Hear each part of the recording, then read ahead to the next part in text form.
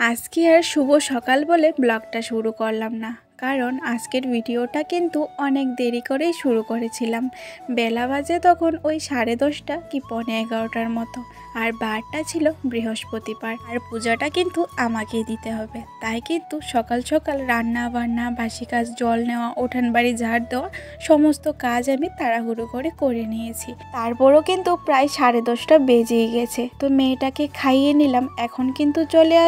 এখন চলে আসলাম ঠাকুর ঘরে। না গো, স্নান করে নি। স্নান করার আগে ঠাকুর ঘরের বারান্দাটা ভালো করে ধুয়ে নিলাম, তার সাথে কিন্তু তুলসী বেদিটাকেও ধুয়ে নিলাম।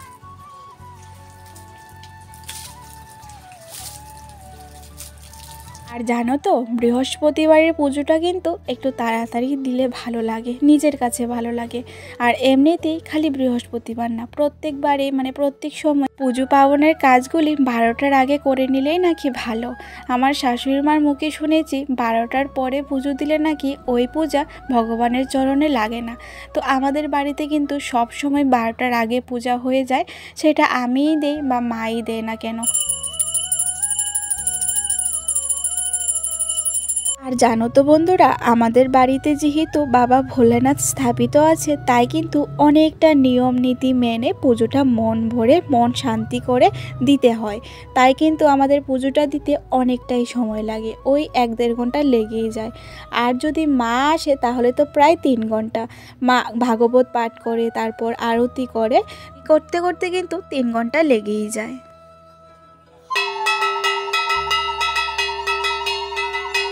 বাবা ভোলেনাথের কাছে প্রার্থনা করি আমার পরিবারের সবাই যেন ভালো থাকে, আর ভগবান যেন নিজেও ভালো থাকে।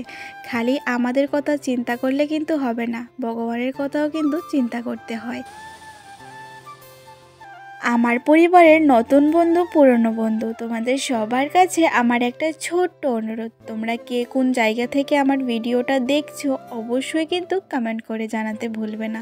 তাহলে আমিও জানতে পারবো আমার বন্ধুরা কত দূর দূরান্ত থেকে আমার ভিডিওটা দেখছো।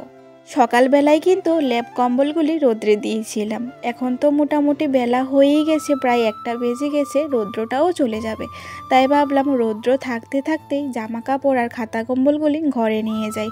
রৌদ্র থাকতে থাকতে যদি জামা কাপড় খাতা কম্বল ঘরে নেওয়া হয় না, তাহলে দেখবে অনেকটাই গরম থাকে। ভিডিও শুরু থেকেই খালি আমার সংসারের কাজের কথাই তোমাদের সাথে বলে যাচ্ছি।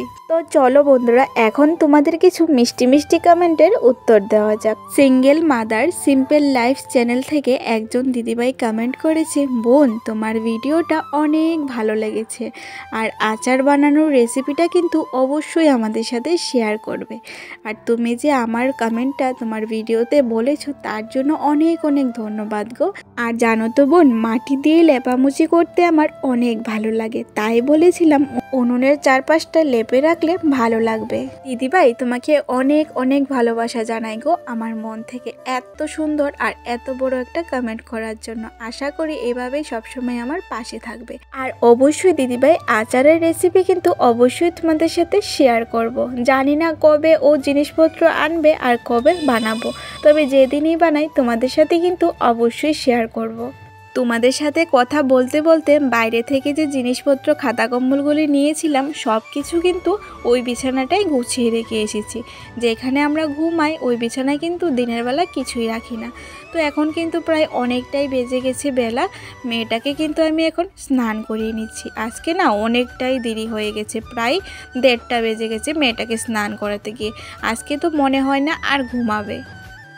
যেটার ভয় পেয়েছিলাম সেটাই কিন্তু হয়েছে। মেয়েটাকে দেরি করিয়ে স্নান করিয়েছি বলে তাই কিন্তু মেয়েটা দুপুরবেলা ঘুমায়নি।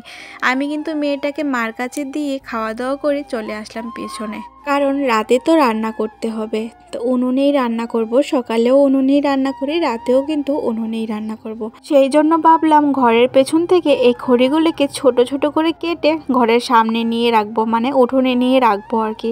তাহলে ওইখানে থাকলে রৌদ্রটাও পায়, আর কিন্তু ওইখান থেকে নিয়ে তাড়াতাড়ি রান্নাও করা যায়।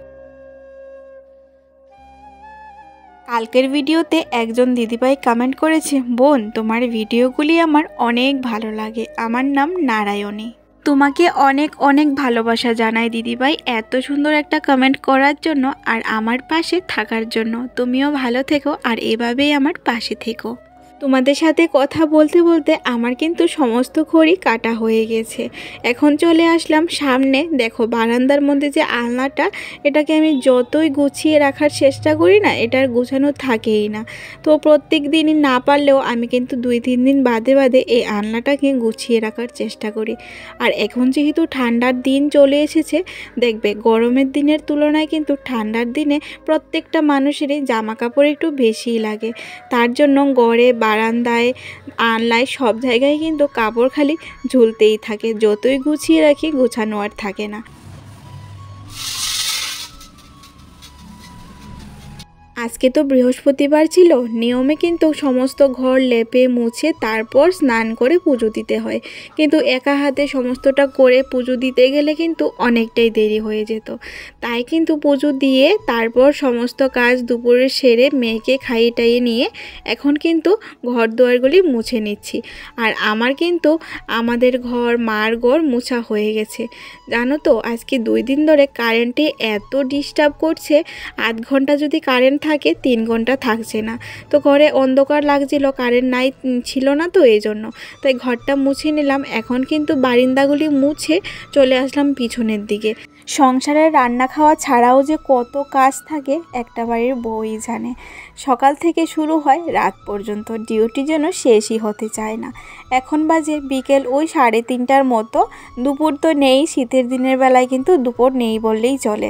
আর জানো তো আমাদের এদিকে কিন্তু আজকে 3-4 দিন ধরে ভীষণই আয়রনযুক্ত জল আসছে। দেখতেই পাচ্ছ, এই দেখো কত কমলা কালারের আসছে, পুরোটাই আয়রন। তো এই ড্রামটা কয়েকদিন আগে পরিষ্কার করেছিলাম, ওই যে আয়রনের জলটা রেখেছিলাম, তো সেজন্য কিন্তু আজকে আবার পরিষ্কার করতে হচ্ছে। সপ্তাহে 1 বার পরিষ্কার করা হয় এমনিতে, কিন্তু এই সপ্তাহে 2 বার পরিষ্কার করা হয়ে যাচ্ছে, কারণ ওই যে আয়রন ভর্তি হয়ে গেছে। সেই জন্যই কিন্তু এই সপ্তাহে 2 বার করে আমার গামলা, ড্রাম পরিষ্কার করতে হচ্ছে। তো গামলাটা কিন্তু আগেই পরিষ্কার করে আসলাম, আর এখন কিন্তু সামনের বড় ড্রামটা পরিষ্কার করে নিচ্ছি। তো এখন তো আর সেরকম কারোর লাগবে না, তোমাদের দাদাও দুপুরবেলা স্নান করে চলে গেছে। সবারই তো স্নান খাওয়া হয়ে গেছে, তাই সেরকম আর এখন আর জলের প্রয়োজন নেই। সেজন্য কিন্তু আজকে বিকেলবেলায় ড্রাম, গামলাগুলি ভালো করে পরিষ্কার করে রেখে দিলাম। সকালবেলা উঠে না আর ইচ্ছে করে না এই ঠান্ডার মধ্যে জল ধরতে, তার মধ্যে যদি আবার সমস্ত কিছু পরিষ্কার করি সময়ও বেশি লাগবে। সেই জন্য কিন্তু আমি প্রত্যেক দিনই এরকম বিকেলবেলা পরের দিনের কাজগুলি একটুখানি করে এগিয়ে রাখি। তো ওইদিকে দেখো আমার বারান্দাটা কিন্তু শুকিয়ে গেছে, আর জায়গার চেয়ার কিন্তু জায়গায় এনে রেখে দিচ্ছি। জালানার মধ্যে দেখো কতগুলি বোতল হয়ে আছে খালি, এগুলিকে কিন্তু এখন ফিল্টার থেকে জল ভরে এনে 2 ঘরে রাখতে হবে।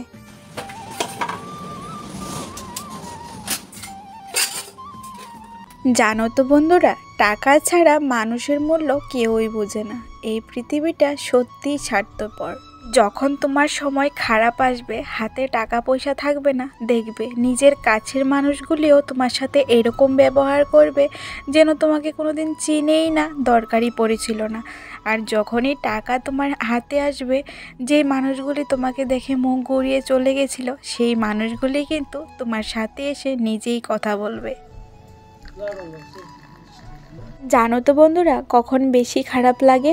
যখন টাকার অভাবে নিজের সন্তানকে মানুষের সামনে অবহেলা হতে দেখি। হ্যাঁ গো, কোনো মা বাবাই চাইবে না তার সন্তানটা কারোর কাছে অবহেলিত হোক।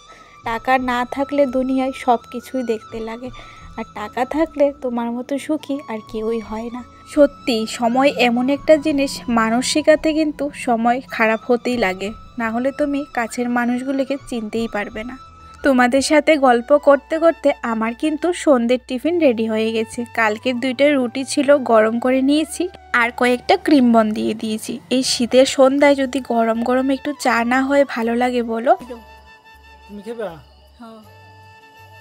সন্ধেবেলা সবাই একসাথে বসে গরম গরম চা টিফিন করে নিলাম। ঘরের ভিডিওগুলি না শেয়ার করতে তোমাদের কাছে ভালোই লাগে না, কীরকম ঝাপসা অন্ধকার আসে, সেই জন্য কিন্তু অনেক কিছু মুহূর্ত তোমাদের সাথে শেয়ার করতে পারি না। যখন নতুন মোবাইল আসবে তখন তোমাদের সাথে প্রত্যেকটা মুহূর্ত শেয়ার করব। আমারও খুব ইচ্ছে করে। তো এদিকে দেখো ওইদিকে চা খাওয়া হয়ে গেছে, এদিকে তোমাদের দাদা বাজার এনেছিল, ব্যাগটা খুলেছিলাম না, আগে চা করে দিয়েছিলাম। তো ধনেপাতা এনেছে, বেগুন আর শসা এনেছে, এগুলিকে মনে হয় ক্ষীরা বলে। তো আলু পেঁয়াজ আছে ব্যাগে, আর কিন্তু সাথে পাঙ্গাস মাছ আর পাবদা মাছ এনেছে। মেয়েটা খাবে কি না সেই জন্য আলাদা করে পাবদা মাছ এনেছে। আমিও না পাঙ্গাস মাছ খাই না, আমার এতটা ভালোও লাগে না। তো আজকে কিন্তু রাতের রান্নার দায়িত্ব মার। না ভাতটা আমি রান্না করব উনুনে, দুপুরে তরকারি পাতি যা আছে সমস্ত কিছুই আমি গরম করে নেব উনুনে। তারপর কিন্তু মা পাঙ্গাস মাছটাকে বেগুন আলু দিয়ে রান্না করবে।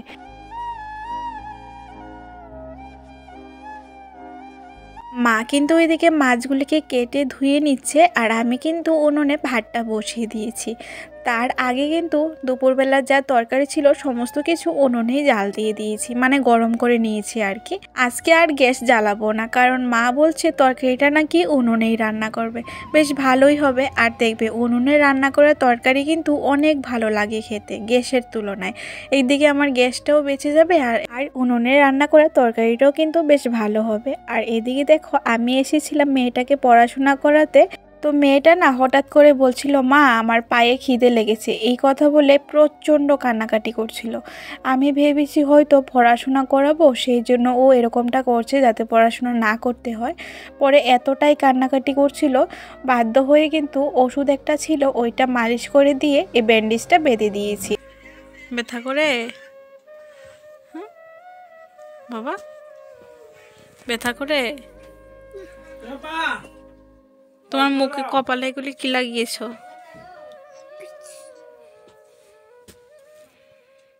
কবে থেকেই ভাবছি মেয়েটাকে ডাক্তার দেখাবো, সেটা আর দেখাতেই পারছি না কিছু সমস্যার জন্য। সত্যি কথা বলতে হাতের অবস্থা খুবই খারাপ। তো দেখি এই কয়েকদিনের মধ্যে মেয়েটাকে ডাক্তার দেখাতেই হবে। সত্যিই হয়তো ওর পায়ে ব্যথা করে, সেজন্যই বারবার বলে, মানে পায়ে খিদে লেগেছে আর কি। ও তো আর বলতে পারে না যে পায়ে ব্যথা করে। ও যখনই পায়ে ব্যথা করে ও সবসময় বলে যে মা আমার পায়ে খিদে লেগেছে। তো ওইটাই আর কি। এদিকে চলে আসলাম আমি ভাত খেতে, আমি ভাত খেয়ে মেয়ের জন্য ভাত নিয়ে যাব। আর এখানে দেখো বেগুন আলু দিয়ে যে পাঙ্গাস মাছের তরকারিটা রান্না করেছে, এই যে খুব ভালো লেগেছিল কিন্তু খেতে।